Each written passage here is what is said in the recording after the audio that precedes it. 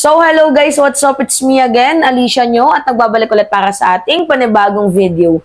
So, mga minamahal, ngayon na napagtanto na natin na itong si Harry Roque ay talaga nga namang sobrang galing bilang isang mastermind sa mga gawa-gawang kwento, abay, gusto ko lang rin sanang mag-raise ng iilang katanungan kung ito ba ay utos din ng dating Pangulong Rodrigo Roa Duterte or utos ni Vice President Sara Duterte. Kasi lahat naman ng ginagawa ni Harry Roque ay para sa mga Duterte. Ngayon, ito yung nakakapagtaka. Utos ba ito ni former President Duterte kay Harry Roque na inilaga sa mga vloggers para ipakalat yung issue ng ating presidente ay gumagamit nga po ng pinagbabawal na gamot? Diba? Kasi nakakapagtaka isipin, mga minamahal, kayo, ipag-connect-connect nyo na lang. Ano ba yung reason ni Harry Roque para gawin itong video to? Para sirain ang administrasyon. Ngayon, in terms of siraan, hindi ito yung pinakauna nilang ginawa. Hindi lang to yung una nilang ginawa kay PBBM. Bagkus sa dating presidente din na si Pinoy. Tandaan ninyo, mga minamahal, taong 2016, throwback tayo madaming OFW ang nagalit. Dito nga po, kay Pinoy. Oo, habang itong si Pinoy, mga minamahal, gumagawa ng plano para mapataas ang ekonomiya ng bansang Pilipinas, 'di ba?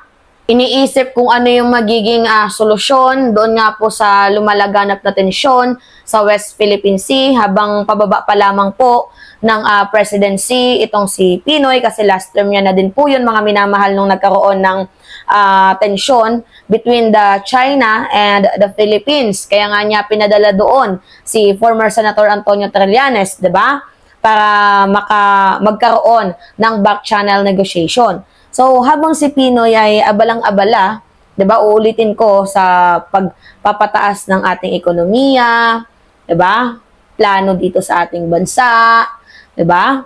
Habang abalang-abala yung dating presidente, syempre pumasok yung eleksyon kalaban si former President Duterte, and syempre yung kandidato ni Pinoy ay si Mar Rojas. Hindi ko gusto, mga minamahal, si Mar Rojas. Okay lang kung sirain nyo si Mar Rojas, pero yung administrasyon mismo ni Mar Rojas, kasi if you will remember nga, mga minamahal, sino ba yung nagpauso ng tanim balagang? Walang iba kundi yung mga Duterte.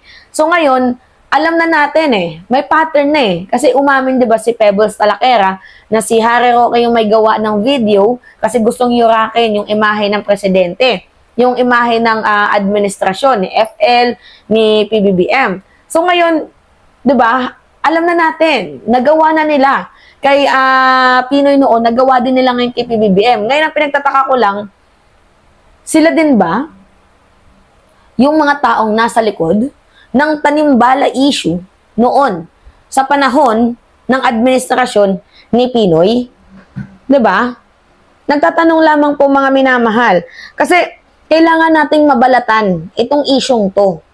Kasi hindi na to hindi na to basta-basta lang na talagang grabe laganap yung trolling farm nila. 'Di ba? Ang bilis ng spread ng information, lalo na sa mga fake news. Well, kung sa bagay, may PR team si Duterte, ang pangalan niya si Nick Gabunada, 'di ba? Na pina-take down yung almost 200 pages sa Facebook kasi gawa nga po, mga minamahal, ng tutrol at tinitira nila yung mga kritiko. So, malaki yung yung bayad, 'di ba, ng trolling farm di umano ng kampo ni former President Duterte. Tapos lalo pat ngayon, 'di ba, na ginagamit nila yung sympathy ng mamamayang Pilipino. Kasi biruin mo ba naman, mga minamahal, sasabihin na wala nga akong dinagdagan ni isang poste dyan sa bahay ko. Talaga nga naman kahit paano may mga Pilipinong uto-uto maniniwala. 'Di ba? Na walang dinagdag sa poste ni Duterte, hindi corrupt si Digong. Ang ginawa niya lang talaga ay para sa bayan, pinatay niya yung mga adik.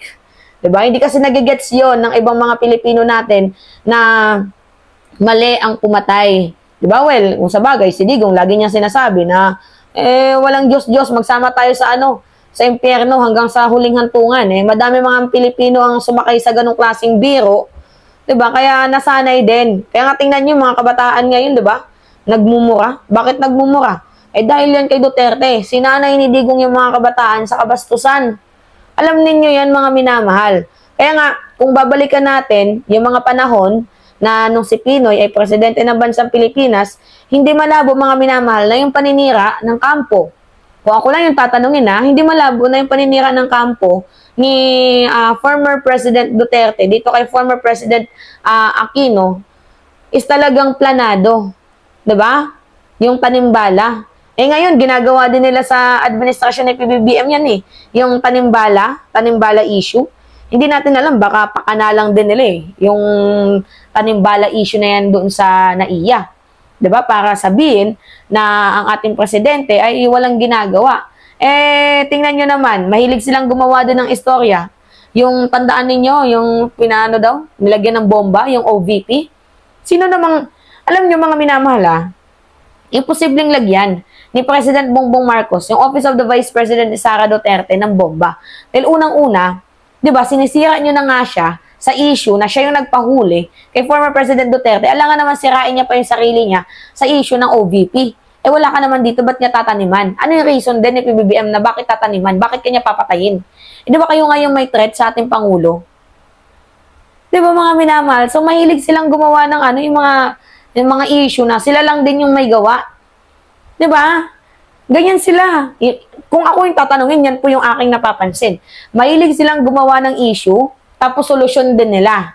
Gagawa sila ng issue, tapos sila din yung gagawa ng solusyon.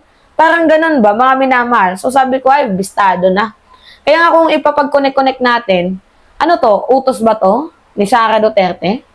Okay, kung inuutusan ka man ni Vice President Sara Duterte, napakamangmang mo naman, naturingan kang lawyer, tapos maniniwala ka sa isang tao na isang lawyer din, pero hindi alam yung batas? Nakakahiya. Tapos kakasuhan pa daw, mga minamahal, itong si Pebbles Talakera. Kung kakasuhan nila, itong si Pebbles Talakera, di sana umuwi muna. Di ba napaka-ironic na si Harry Roque, kakasuhan itong si Pebbles Talakera. Hindi ka naman umuwi ng bansang Pilipinas, so paano mo maitutuloy yung kaso? Ang tatanong lamang po, ako, mga minamahal, di ba nakakaloka? So, yan po yung yung ilang mga nire-raise ko lang na hinain. Kaya sa mga Pilipino dyan, huwag na kayong maniwala dito sa mga Duterte kasi mahilig talaga silang gumawa ng issue tapos sila din yung gagawa ng solusyon sa issue. Di ba parang ganon? Kaya nga, kung maniniwala kayo, para kayong kumain ng tae. Oo, yun lang yung sasabihin ko sa inyo. Pag naniwala kayo dito kay Digong, para lamang kayong kumain ng tae nila. Diba? Paniwalang-paniwala naman kayo sa mga actingang malapang Viva Films. Diba? Hindi pa ba kayo na nagsasawa sa mga arte nila na mahirap daw sila? Diba? Pero ang totoo, sa damakmak na bank account, confidential funds. Hindi ba kayo nagsawa sa tanim issue nila? Nagawa nga nila noon kay Pinoy, kay PBBM pa kaya?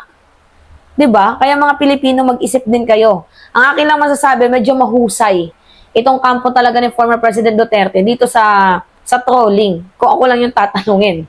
Kasi yan mabilis nilang mapalaganap yung issue. Doon, hanga ako sa kanila. Pero kung ginagamit nila sa mabuti, mas maganda sana. 'Di ba? Alright, mga minamahal, yun po. Anyway, it's me again, Alicia Nyo, at nagbabalik ulit para sa ating panibagong video.